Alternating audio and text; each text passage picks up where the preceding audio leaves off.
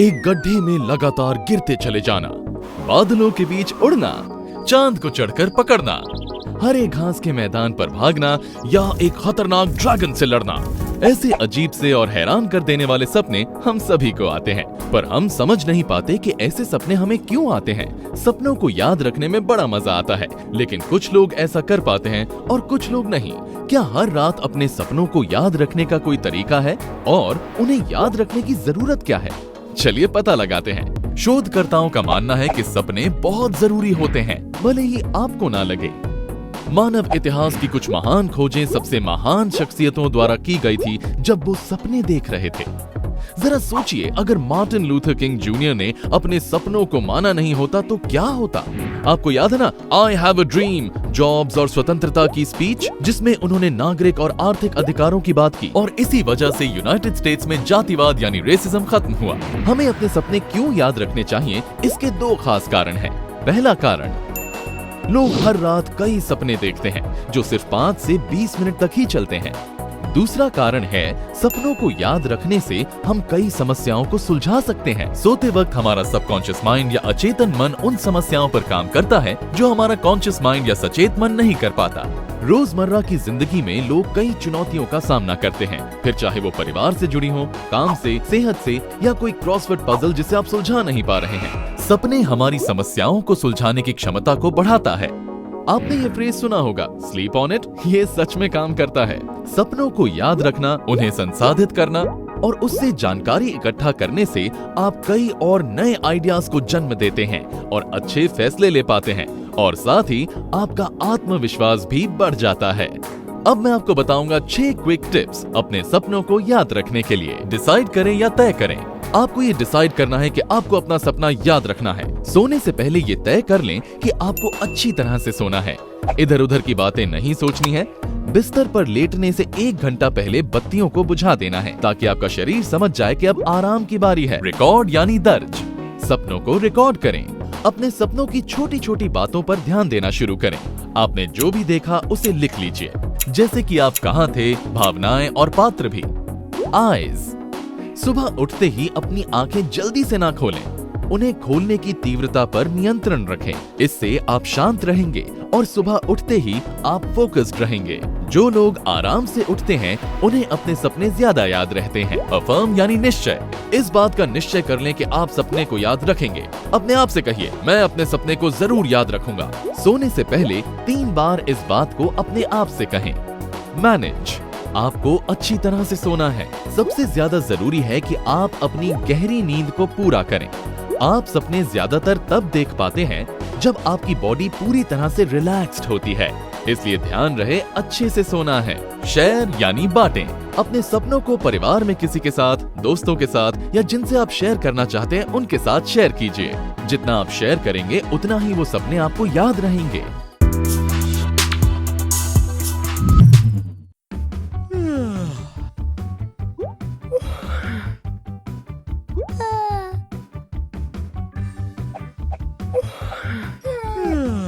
क्या ऐसी तस्वीरें देखकर आपको भी उबासी आने लगी?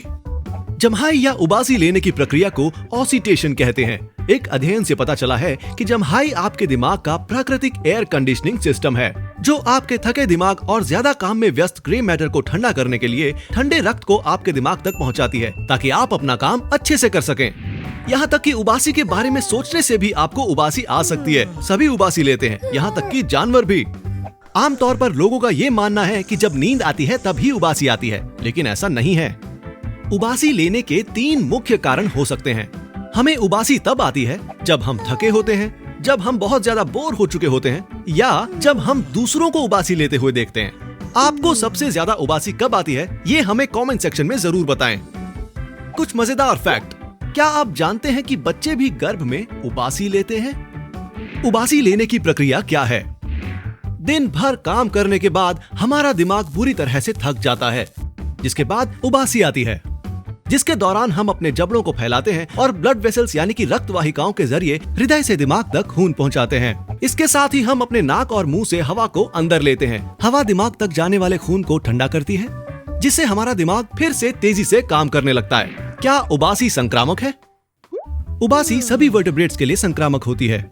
जैसे कि इंसान, मछलियां, पक्षी और सांप। एक अध्ययन से पता चला है कि संक्रामक उबासी सोशल मिररिंग से जुड़ी हुई है, जहां जीव एक दूसरे के कामों की नकल करते हैं। इस श्रेणी में आने वाले अन्य जीव खुजली करते हैं, पैर पर पैर चढ़ाकर बैठते हैं और हंसते हैं। उबासी को कैसे रोक सकते हैं? पहला, गहरी सांसें लें। शरीर को ज्यादा ऑक्सीजन की जरूरत पड़ सकती है और इसलिए गहरी सांस लेने से उबासी को आने से रोका जा सकता है। दूसरा, चलते रहिए। अपनी दिनचर्या को तोड़ने से आपके दिमाग में ऊब बढ़ जाती है। थकावट, ऊब आना और तनाव की भावनाओं से लोगों को अधिक उबासी आती है। ज्यादा उबासी आने से आप ज्यादा कैफीन लेना भी शुरू कर देते हैं। तीसरा, खुद को तरोताजा रखिए। आप बाहर भी घूम सकते हैं या फिर किसी ठंडी जगह पर जाकर भी बैठ सकते हैं। अगर आपके पास ये सब करने का समय नहीं है तो ठंडा पानी पीजिए या फिर ठंडे स्नैक्स खाइए। क्या आपको नहीं लगता कि एनिमल किंगडम में इंसान सबसे अजीब प्राणी है? वैसे ये सब आपको हमारी रोजमर्रा की अजीब और बेढंगी हरकतों में नजर आ जाएगा। हम अपनी उंगलियां चटकाते हैं, हमारे रोंगटे खड़े हो जाते हैं, ठंड लगने पर कांपते हैं, देखते हैं लेकिन पलक झपकाते हैं, हमारी आंखों में धब्बे देख सकते हैं, प्याज काटते वक्त रोते हैं, डकार मारते हैं, फाट करते हैं, खुजली, छींक, बदबू सूंघ सकते हैं और एक साथी के लिए कितना संघर्ष करते हैं। और सबसे अजीब, खुद को गुदगुदी नहीं कर सकते। आज हम इंसानी शरीर के बारे में 7 अजीब और मजेदार तथ्यों के बारे में जानेंगे। पहला, शर्माना।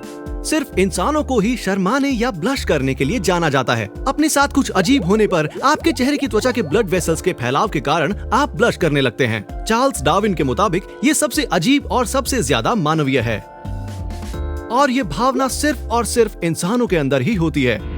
दूसरा, जीभ। जीभ में लगभग 8000 टेस्ट बड्स होते हैं। हर एक में 100 से ज्यादा सेल्स होती हैं, जो खाने का स्वाद लेने में आपकी काफी मदद करती है।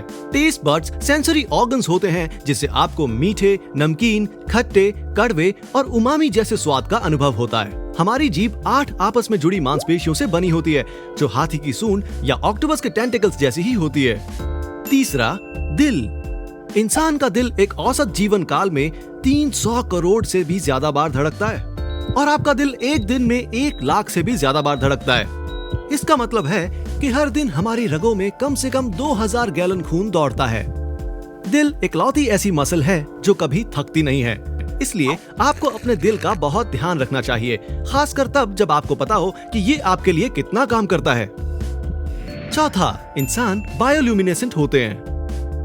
बायोल्यूमिनेसेंस का मतलब है कि एक जीवित जीव द्वारा प्रकाश का उत्पादन और एमिशन। जी हाँ, हम प्रकाश छोड़ते हैं। हालांकि सिर्फ इंसान ही वो प्रकाश नहीं देख सकते। ये प्रकाश उन लेवल से 1000 गुना कम होता है जिन्हें हमारी आंखें ठीक से देख पाती हैं, इसलिए हमें वो नजर नहीं आता। लेकिन सच तो ये है कि हम सब चमकते हैं। पांचवा, सिर्फ इंसान ही ऐसे जीव हैं जिनकी ठुड्डी होती है। भले ही ये बात सुन के आप अपनी ठुड्डी खुजला रहे हों, लेकिन ये सच बात है। सिर्फ इंसान ही ऐसे होते हैं जिनकी ठुड्डी होती है। आपने खुजलाई ना? हाँ, ठुड्डी हमारे चेहरे का सिर्फ निचला हिस्सा ही नहीं, बल्कि जबड़ों से बाहर निकली हुई छोटी सी हड्डी भी होती है। वैसे ये सुनने में अजीब तो लगेगा, लेकिन सिर्फ हम ही ऐसे हैं जिनकी ठुड्डी होती है। यहाँ तक कि चिंपैंजीज और गोरिल्लास, जो कि हमारे सबसे करीबी रिश्तेदार हैं, उनके भी ठुड्डी नहीं होती है। अजीब है ना?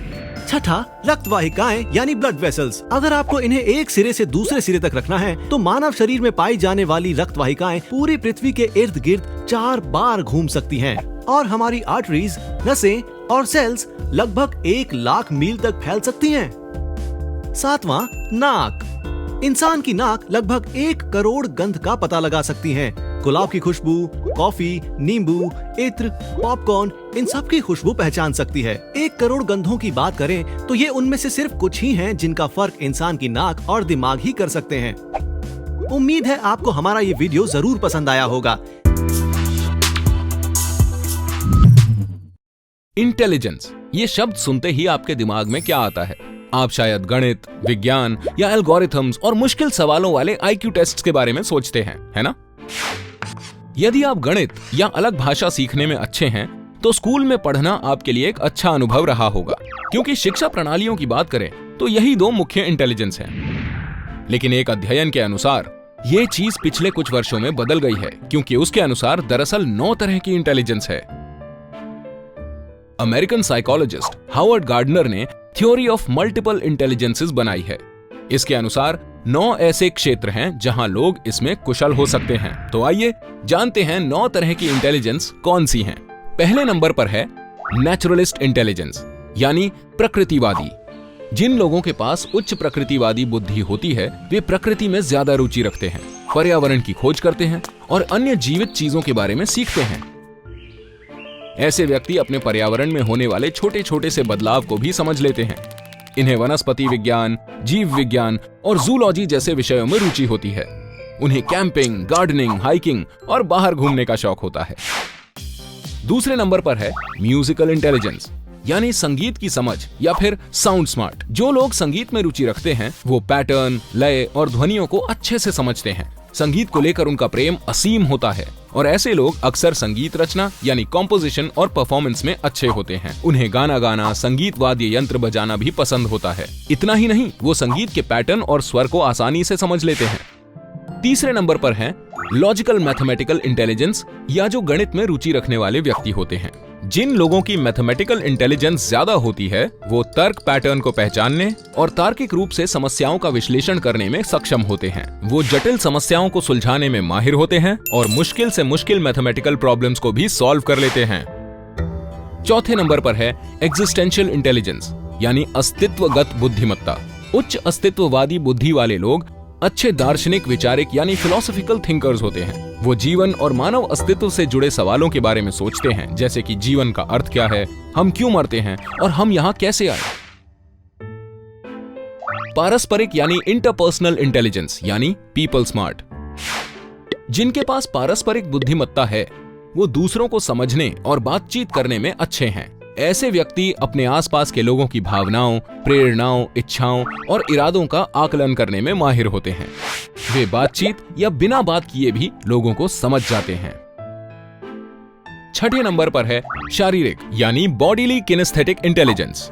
जिनके पास उच्च शारीरिक किनेस्थेटिक बुद्धि है वे शारीरिक समन्वय यानी फिजिकल कोऑर्डिनेशन में काफी अच्छे होते हैं। वो हाथ आंख में अच्छा तालमेल बिठा लेते हैं और नृत्य और खेल में अच्छे होते हैं। सातवें नंबर पर है लिंग्विस्टिक इंटेलिजेंस, यानी भाषाई बुद्धिमत्ता। जो लोग भाषाई मौखिक बुद्धि में अच्छे होते हैं वे लिखते और बोलते समय शब्दों का अच्छी तरह से उपयोग करने में सक्षम होते हैं। ऐसे व्यक्ति आमतौर पर कहानी लिखने, जानकारी याद रखने और पढ़ने में बहुत अच्छे होते हैं। ये बहस करने या भाषण देने में निपुण होते हैं और वो चीजों को काफी अच्छी तरह से समझते भी हैं। आठवें नंबर पर है इंट्रापर्सनल इंटेलिजेंस, यानी सेल्फ स्मार्ट।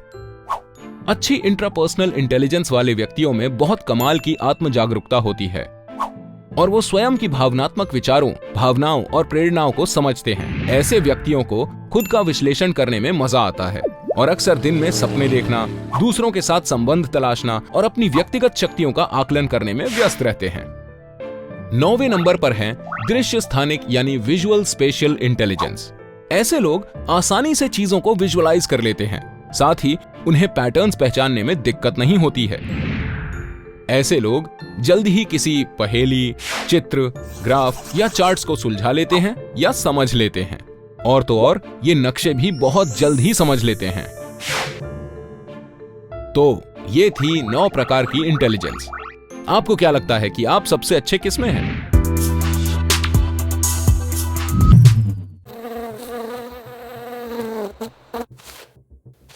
मच्छर, ऐसे खौफनाक जीव जिनके काटने के बाद आप सिर्फ खुजलाते ही रहते हैं।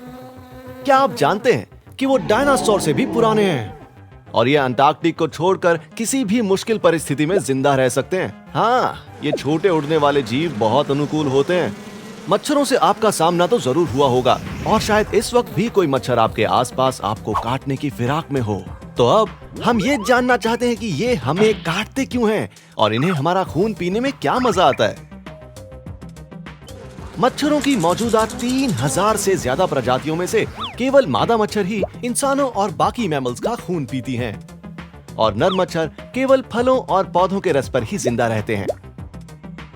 अब आपके मन में एक अलग सवाल चल रहा होगा कि ये हमें ढूंढते कैसे हैं? वैसे कई सालों तक हम यही सोचते थे कि मच्छर हमें लाइट की मदद से ढूंढते हैं, लेकिन ऐसा नहीं है। वो होती है शरीर की गर्मी। मच्छर इंसान के शरीर की गर्मी की वजह से आकर्षित होते हैं, और जो कार्बन डाइऑक्साइड हम छोड़ते हैं उसका पता ये 20 मीटर की दूरी से ही लगा लेते हैं। वाह, क्या जासूसी मच्छर है ना? तथ्यों के अनुसार अपना पेट भरने के लिए मच्छरों को सिर्फ 4 मिनट लगते हैं, लेकिन ये कुछ ज्यादा नहीं हो गया? दरअसल जैसे ही इनका पेट भर जाता है, इनका शरीर खून को प्रोसेस करने लगता है और पानी को बाहर फेंक देता है, और इन्हें सिर्फ रेड ब्लड सेल्स की ही जरूरत पड़ती है। और मादा मच्छर अपने शरीर के वजन से 3 गुना अधिक खून पी सकती हैं। क्या क्षमता है इनकी! लेकिन ये ऐसा करती क्यों है? ताकि वो अंडे देने की प्रक्रिया को अच्छी तरह से पूरा कर सके, जिसके लिए उन्हें प्रोटीन और आयरन की जरूरत पड़ती है, और वो इन्हें इंसानों के खून से ही मिल सकता है। क्या आप जानते हैं कि वो एक बार में 1 नहीं, 2 नहीं, बल्कि 6 सुइयां आपको चुभाते हैं?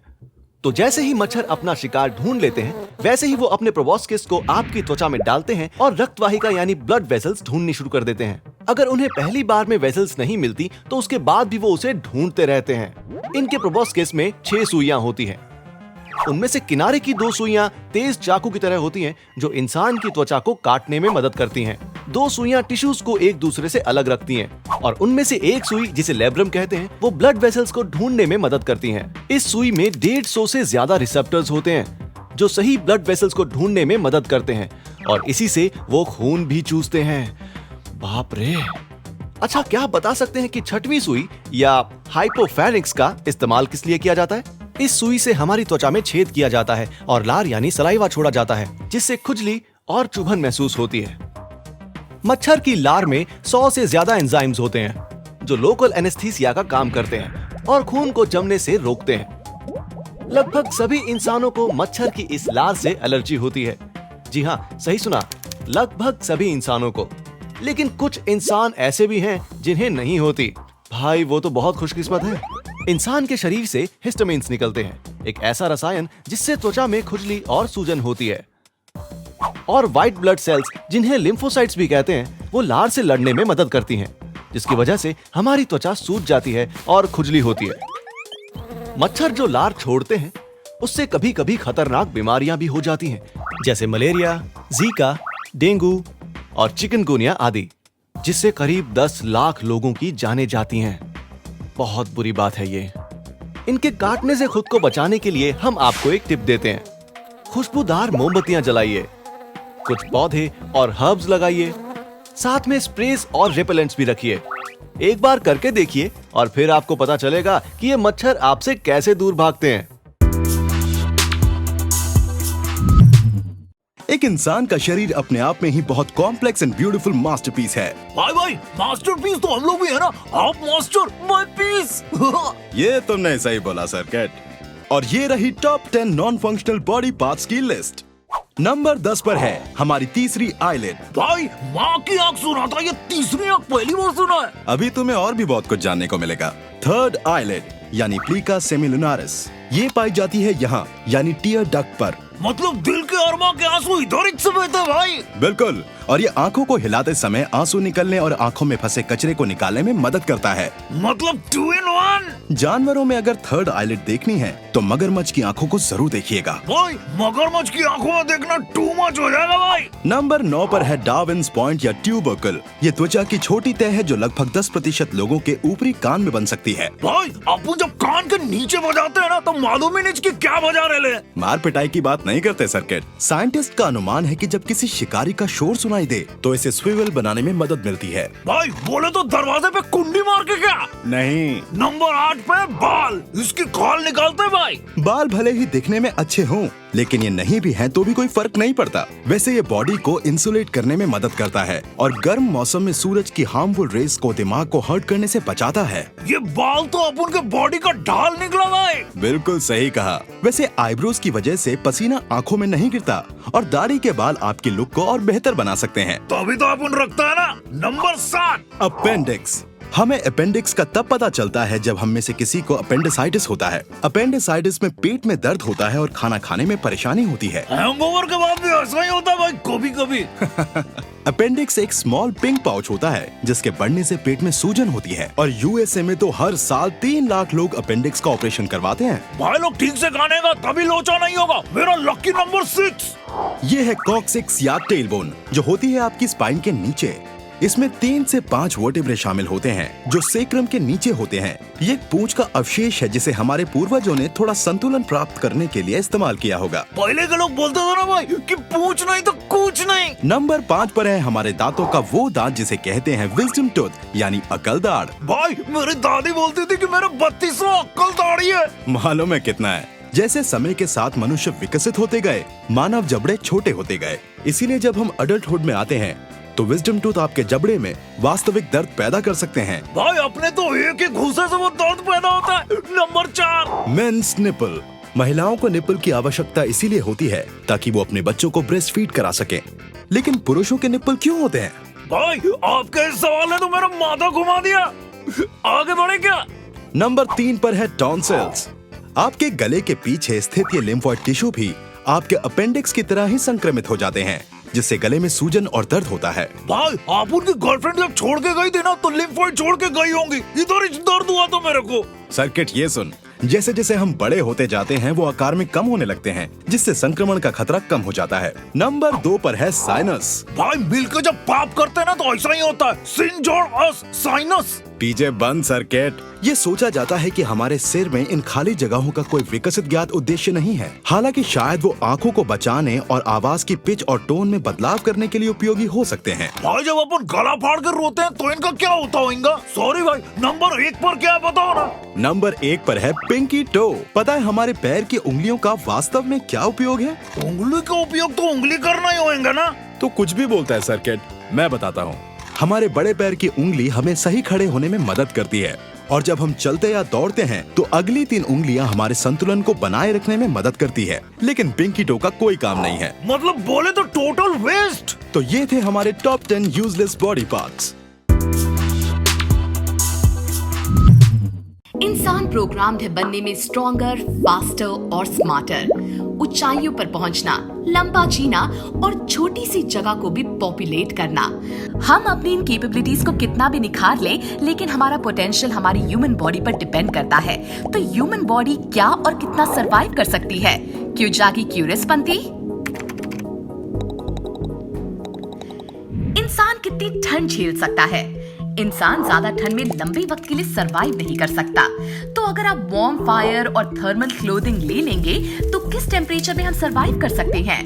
बात तब आ जाती है हमारी बॉडी टेम्परेचर को संभालने की, जो कि है 37 डिग्री सेल्सियस 98.6 डिग्री फ़ारेनहाइट।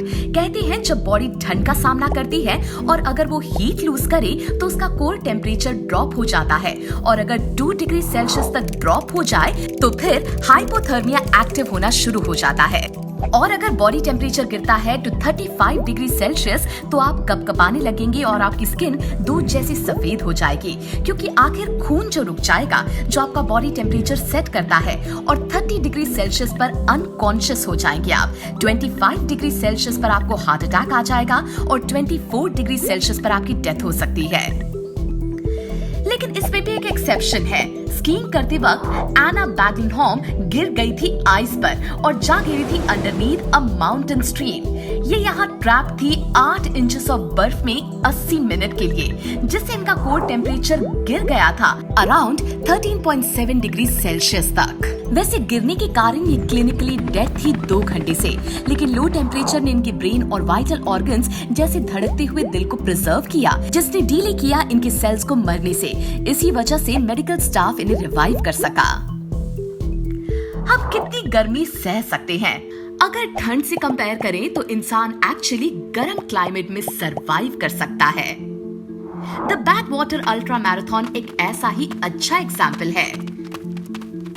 ये 135 माइल जो कि 217 किलोमीटर रेस होती है इन कैलिफोर्नियाज डेथ वैली, वो भी temperatures 53 degree Celsius 127.4 degree Fahrenheit में, जो बस थोड़ा सा ज्यादा है उस हॉटेस्ट टेम्परेचर से जो आज तक रिकॉर्ड हुआ है अर्थ पे at 56.7 degree Celsius 134 degree Fahrenheit same जगह पर। वैसे इतनी ज्यादा गर्मी कई फैक्टर्स को जिंदा करती है, जैसे कि फिजियोलॉजी, एक्सर्शन और हाइड्रेशन। लेकिन अल्टीमेटली एक्सपर्ट्स ये मानते हैं कि 60 degree Celsius 140 degree Fahrenheit limit है ह्यूमन सर्वाइवल की। ये ह्यूमिडिटी रोक सकती है आपके पसीने को इवोपरेट करने से, जिससे और ज्यादा गर्मी लगती है। बस 10 मिनट इस टेम्परेचर के और आपका कोर टेम्परेचर पहुंच सकता है 40 डिग्री सेल्सियस तक, 104 डिग्री फ़ारेनहाइट और मोर, जिससे आपको हो सकता है हाइपरथर्मिया। आपके ऑर्गन्स धीरे धीरे बंद हो जाएंगे और अगर आपको मेडिकल अटेंशन नहीं मिली तो आप मर सकते हैं। वैसे अब तक का highest recorded core temperature Willie Jones का था during an Atlanta heat wave, जहां इनका टेम्परेचर पहुंच गया था 46.5 डिग्री सेल्सियस तक, 115.7 फ़ारेनहाइट। इन्हें स्पेंड करने पड़े 24 डेज हॉस्पिटल में, तब जाके इनकी जान बची। हम सांस कब तक रोक सकते हैं? बहुत लोगों के लिए मुश्किल होता है सांस रोकना 1 मिनट से ज्यादा, लेकिन एक्चुअल लिमिट कई और लोगों के लिए 3 मिनट से भी ज्यादा है, जो कि काफी डेंजरस और जानलेवा हो सकती है। लेकिन अगर हम फ्री डाइवर्स की बात करें तो ये एक स्पेसिफिक टेक्निक यूज करते हैं जिससे स्टैटिक अपनिया कहा जाता है, जहां आप अपनी सांस रोकते हैं फेस डाउन ठंडे पानी में बिना हिले। इसी टेक्निक का यूज स्टेफान मिफ्सूड ने किया, जिसने रिकॉर्ड दर्ज किया सांस रोकने का इन 11 मिनट्स 35 सेकंड्स इन 2009। लेकिन इनका रिकॉर्ड जल्द ही ब्रांको पेट्रोविक ने तोड़ा, जिन्होंने सांस रोकी फॉर 11 मिनट्स 54 सेकंड्स। हम पानी के बिना कितना लंबा जी सकते हैं? अगर एक गर्म और सनी डे में काफी टायरिंग एक्सरसाइज आप करें तो आप 1.5 लीटर्स ऑफ पानी लूज कर सकते हैं। पानी के बिना आपका ब्लड वॉल्यूम डिक्रीज होता है और आपका ब्लड प्रेशर ड्रॉप। ये आपके हार्ट रेट को इंक्रीज करता है। इससे आपका पसीना छूटना भी बंद हो जाएगा, जिस वजह से आपको और गर्मी लगेगी और ऐसी सिचुएशन में एक आदमी ज्यादा टाइम के लिए जीवित नहीं रह सकता। वहीं कूल एनवायरनमेंट में बस थोड़ी एक्सर्शन से आप 1 हफ्ते तक जिंदा रह सकते हैं। जनरली और नॉर्मल सर्कमस्टेंस में एक आदमी 3 से 4 दिनों तक बिना पानी के रह सकता है। एंड्रियास मिहाविच वैसे पानी के बिना 18 दिनों तक रहे थे, जब वो बाय चांस एक जेल के अंदर बंद और उनके बारे में भूला जा चुका था, तो ऑलमोस्ट 18 दिनों के लिए वो पानी के बिना रहे थे। आप खाने के बिना कितना लंबा जी सकते हैं? वैसे कितना टाइम आप खाए बिना रह सकते हैं वो इफेक्ट करता है कई फैक्टर्स पे, जैसे body weight composition, genetic factors, health considerations और प्रेजेंस या एब्सेंस ऑफ हाइड्रेशन। हमारे बापू का 21 दिनों का फास्ट कंसिडर किया जाता है तब जब बात आए खाए बिना सर्वाइवल की। वैसे इस दौरान बापू सिर्फ पानी पी ही जिंदा थे। वैसे एक स्टडी सजेस्ट करती है कि सर्वाइवल की लिमिट खाए बिना लेकिन अपने आप को हाइड्रेट किए हुए 30 से 40 दिनों तक रह सकती है। बहुत ही सिवियर और जानलेवा सिम्टम्स 35 से 40 डेज में आ सकते हैं और 45 डेज पर आदमी की मौत हो सकती है। एक ह्यूमन बॉडी वाकई अद्भुत है और अब आप ह्यूमन बॉडी किन चीजों से सरवाइव कर सकती है वो जान चुके हैं। हम सभी इस बात से अच्छी तरह वाकिफ हैं कि पानी हमारी मूल आवश्यकता है और अगर शरीर में पानी की कमी होती है तो हमारा शरीर संकेत भेजता है, जैसे कि फटे होंठ, सूखी त्वचा, तेजी से सांस लेना और काफी कुछ। और पानी पीना डिहाइड्रेशन यानी निर्जलीकरण से बचने का एकमात्र तरीका है। पानी पीने के कई फायदे हैं, जैसे कि उससे वजन कम होता है, पाचन अच्छा रहता है, दिमाग स्वस्थ होता है, त्वचा चमकती है और सिर दर्द कम होता है। इसलिए यदि आप पर्याप्त पानी नहीं पी रहे हैं तो आपको पता है कि आपको क्यों पीना चाहिए, और अगर ये बात समझ में आ गई हो तो अब उससे जुड़ी जरूरी बात भी सुनिए। क्या आप सही तरीके से पानी पी रहे हैं? क्या आप जानते हैं कि पानी पीने का तरीका अगर गलत हो तो आर्थराइटिस, खाना ना पचना या माइग्रेन हो सकता है? तो आइए जाने पानी पीने के सही तरीके क्या हैं। पहला है खाना खाने के बाद पानी पीना। आयुर्वेद के अनुसार ऐसा माना जाता है कि भोजन के बाद तुरंत पानी पीना जहर पीने के समान है। चलिए इसके पीछे का सही कारण समझ लेते हैं। हमारे पेट में पहले से ही भोजन पचाने के लिए एसिड होता है। जैसे ही हम खाते हैं पाचन प्रक्रिया शुरू हो जाती है और भोजन का पचना शुरू हो जाता है। अब अगर भोजन के बाद आप पानी पीते हैं तो इसके कुछ खतरनाक परिणाम हो सकते हैं। एसिड पतला होता है और खाना नहीं पचता है, जिससे पाचन क्रिया खराब हो जाती है और फिर खाना बिना हजम किए ही हमारे पेट में घूमता रहता है। इससे कैसे बचा जाए?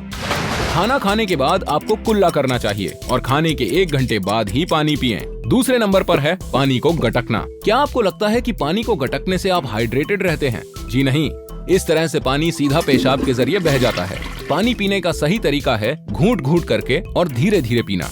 और ऐसा क्यों है? हमारे मुंह में पानी लार के साथ अच्छी तरह मिल जाता है और पेट में चला जाता है, जिससे एक संतुलन बनता है। हमारे मुंह में बनने वाली लार की प्रकृति बुनियादी है और पेट की प्रकृति एसिडिक है। अब अगर हम पानी को गटक गटक कर पीते हैं तो कम लार अंदर जाता है, जिससे पेट फूल जाता है, एसिड बनता है, गैस होती है और खाना नहीं पचता है, जिससे विषाक्त पदार्थों और मल को बाहर निकालना मुश्किल हो जाता है। तीसरे नंबर पर है बर्फ जैसा ठंडा पानी।